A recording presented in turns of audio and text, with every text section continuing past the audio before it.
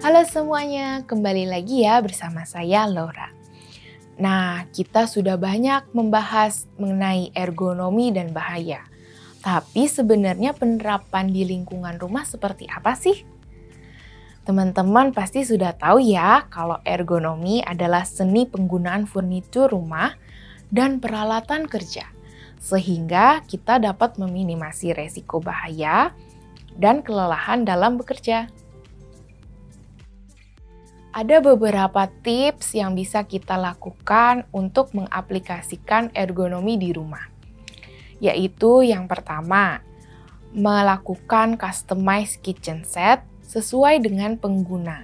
Artinya kita bisa mengcustom ukuran atau dimensi kitchen set seperti contohnya tinggi meja dapur harus sesuai dengan tinggi siku pengguna.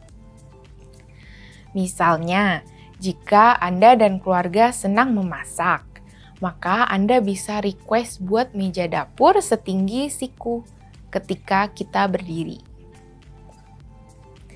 Kemudian, tips berikutnya adalah lebar laci di atas lemari. Lebar laci di atas lemari harus diusahakan sesuai dengan jarak jangkauan maksimum tangan Anda atau tangan pengguna.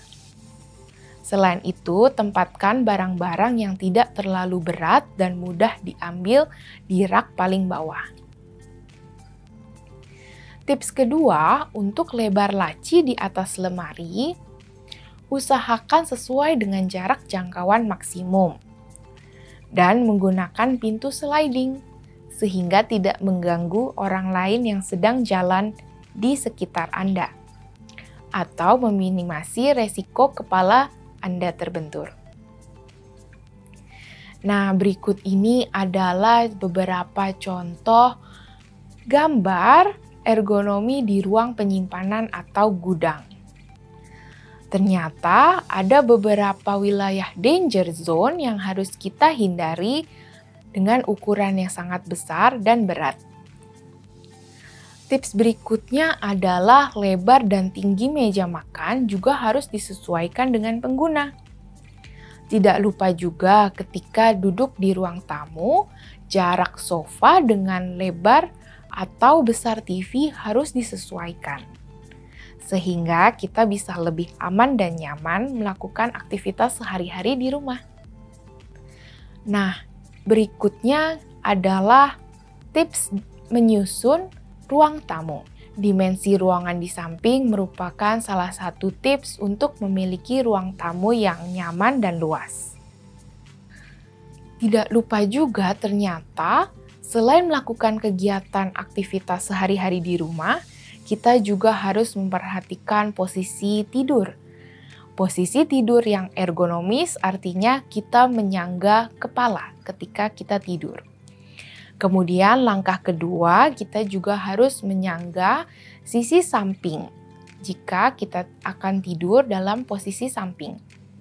Dan juga karena bentuk tulang belakang kita yang cukup unik, maka kita sebaiknya juga harus menyokong lumbar tulang belakang kita untuk mengurangi kelelahan setelah seharian bekerja.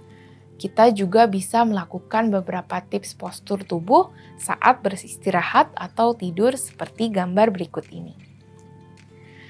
Nah, berikut adalah dimensi ergonomi tata ruang ketika kita melakukan pekerjaan seperti membersihkan tubuh kita sendiri di kamar mandi.